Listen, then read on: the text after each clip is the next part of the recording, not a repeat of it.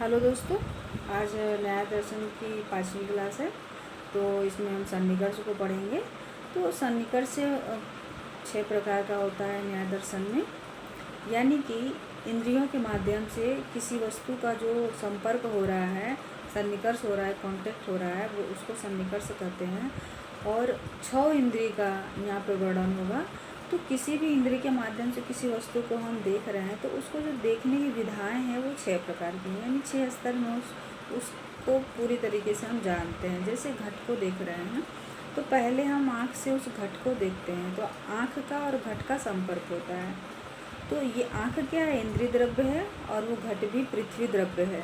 तो 2 द्रव्यों का जब संपर्क होता है तो संयोग सन्निकर्ष होता है। जब 2 द्रव्यों का संपर्क होगा तो संयोग सन्निकर्ष होता है। अब ये पहला सन्निकर्ष है।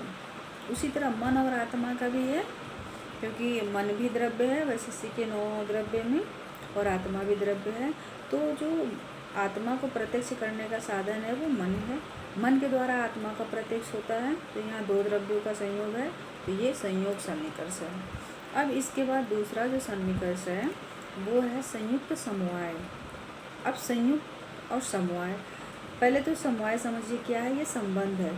समवाय संबंध उस प्रकार का संबंध होता है जैसे किसी वस्तु में जो समवाय संबंध से जो पदार्थ और परमाणु और अणु समाहित हैं उसके विनाश होने के समय ही समाप्त होते हैं। विनाश से पूर्व वो संबंध हमेशा रहते हैं, समाप्त नहीं होते हैं।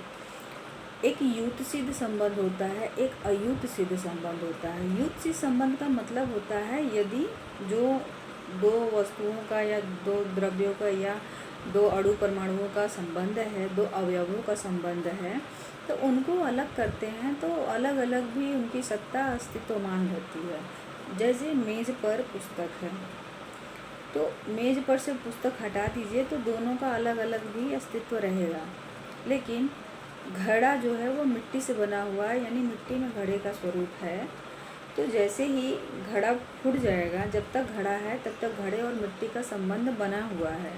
लेकिन जैसे ही घड़ा फूटता है तो मिट्टी से घड़े का संबंध टूट जाता है, और ये टूटते ही मिट्टी से घड़ा जो है ख़त्म हो जाता है। ये अयुत सिद्ध संबंध है कि जैसे ही समाप्त होगा वो वस्तु विनाश होगी, विनाश के पूर्व तक उसमें वो संबंध बना रहना चाहिए। ये अयुत सिद्ध संबंध है, विनाश से पहले समाप्त नहीं होना चाहिए।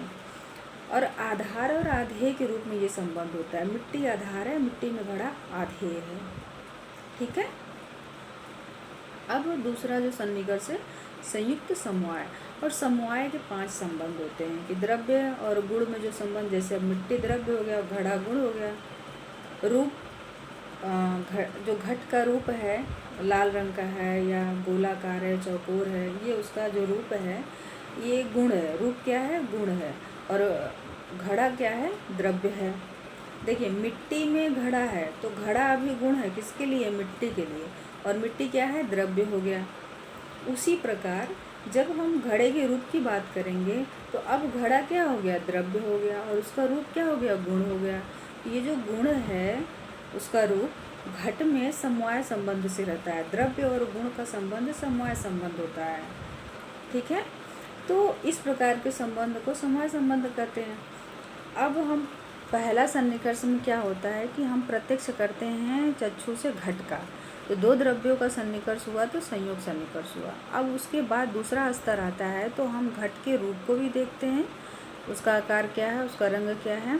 तो ये जो रूप है ना, क्योंकि रूप का हमारे आँख से प्रत्यक्ष नहीं होता है डायरेक्ट, हम घट को देखते हैं, घट के माध्यम से घट के रूप को देखते हैं। यानी घट रूप का जो संबंध है हम उसका प्रत्यक्ष करते हैं। तो घट में जो रूप है समवाय संबंध से है, तो हमको समवाय संबंध का प्रत्यक्ष होता है। और पहले स्तर में हमको संयोग का प्रत्यक्ष होता है। तो संयोग और जब समवाय मिलेंगे तो संयुक्त समवाय हो जाएगा। तो संयुक्त समवाय सन्निकर्ष दूसरा सन्निकर्ष है। और तीसरा सन्निकर्ष भी चक्षु पे ही आधारित है।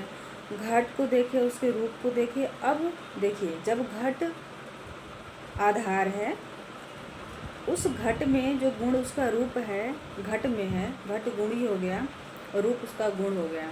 तो समवाय संबंध से है घट में घट का रूप। अब जो गुण है रूप, अब वो गुणी हो जाएगा। उसका गुण क्या है? रूपत्व। सामान्य जो है, जाति जो है।